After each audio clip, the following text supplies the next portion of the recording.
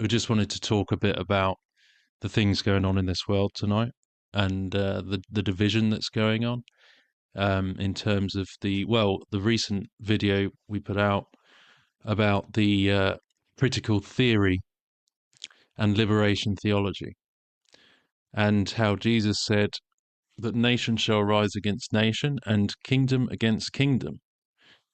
And the word for nation in that passage in Greek is ethnos. Ethnos shall rise against ethnos. And just what we've been seeing today with the protests in London, and how all of these things, there's so much of this going on in the world. And we know that the philosophy of the agenda, so to speak, is order out of chaos and divide and conquer. The polarization that we see in the world now, how the West is being ripped apart. And we see all of these things going on, and how this is all coming to pass. So let's let's watch this clip, and then we'll talk a bit more about it. Part of that, which is what I want to cover today, is these philosophies like critical theory. And there's a religious equivalent to that called liberation theology, which I would say is very similar in the prospects it lays out. Now, I'm not an expert on these things, but I just know they exist, and I see them playing out in real time, even amongst some people online. So this liberation theology, which is something that Pope Francis teaches. Pope Francis is a Jesuit pope, is the first Jesuit pope. And Pope Francis is very liberal. He uses liberalism in order to push these certain agendas. But liberation theology was first coined by a Jesuit. Okay, so no irony there. Okay, so liberation theology, what does it mean? It means that there's always an oppressed and that there's always an oppressor. So this black and white thinking, this splitting, this thought without any nuance is becoming so prevalent in our society.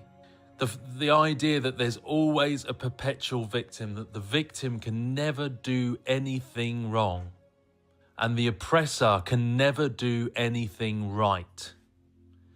That there's always that dichotomy. There's no in between, there's no grey area. There's either the oppressed or the oppressor. And there's a lot of virtue signaling around this. With critical theory, it basically stokes what it claims to be against. Yeah, you get the idea, right? This is what's going on, is this liberation theology. And very ironic, isn't it, that listed the first person to come up with that term was a Jesuit. And as someone said in the comments, Pope Francis loves liberation theology. And that's really what we see, especially with the liberal wokeism and all of that. If you could put it into a picture, maybe it would look something like that. So yeah, this is what we see playing out, and this division, this mindset, the virtue against oppression, but in so doing, oppressing others. And we see even have to be careful the way you word things online, because if you stand against something that they are pushing, then you get into trouble. So you just have to be so careful. You have to always be walking on eggshells because of this kind of mindset.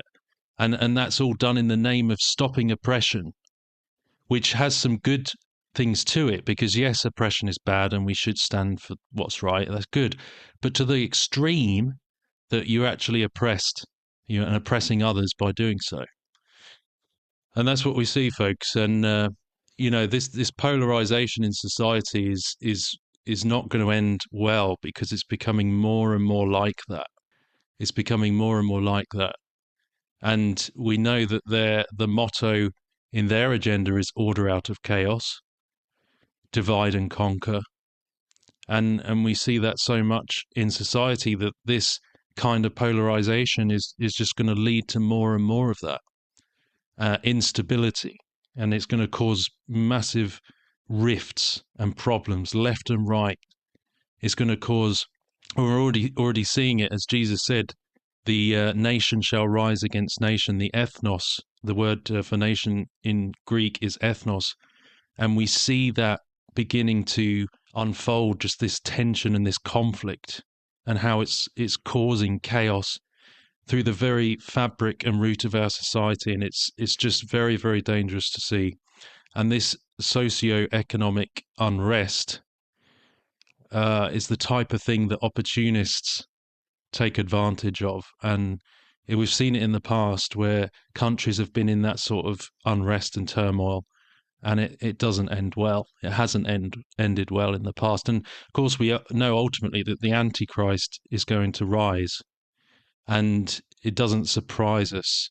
I mean, the Bible makes it clear that things are going to get bad, but you see how that the Antichrist comes into this and offers that false peace, and really is just a dictator, and another type of dictator, where if you don't take his mark, if you don't follow him when he claims to be as God, that the Bible says about people being beheaded and all that kind of thing. So it's a completely false peace.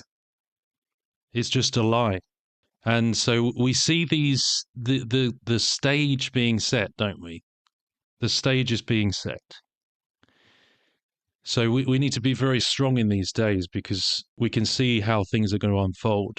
And unfortunately, that some people will be swept away by what's coming. If we're not saved, if we're not one of God's people, there's no way that people are going to survive that, in terms of the deception, the delusion, all of these so-called secular truthers who think they're truthers, who even say, well, I wouldn't take a chip and this, that, and the other. But if they're not saved, if they're not born again, they're not going to survive the deception.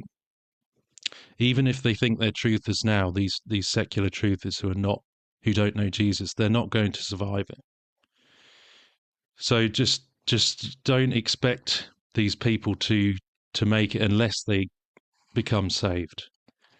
And I think that's something I've been sort of working through in my own mind, is even if a lot of people you thought would continue and persevere, even if they don't, we've just got to remain strong. We've just got to stay the course. Even if we're stand alone in the end, we've just got to keep going, because it's worth it. And we know it's all true because we can see the Bible unfolding.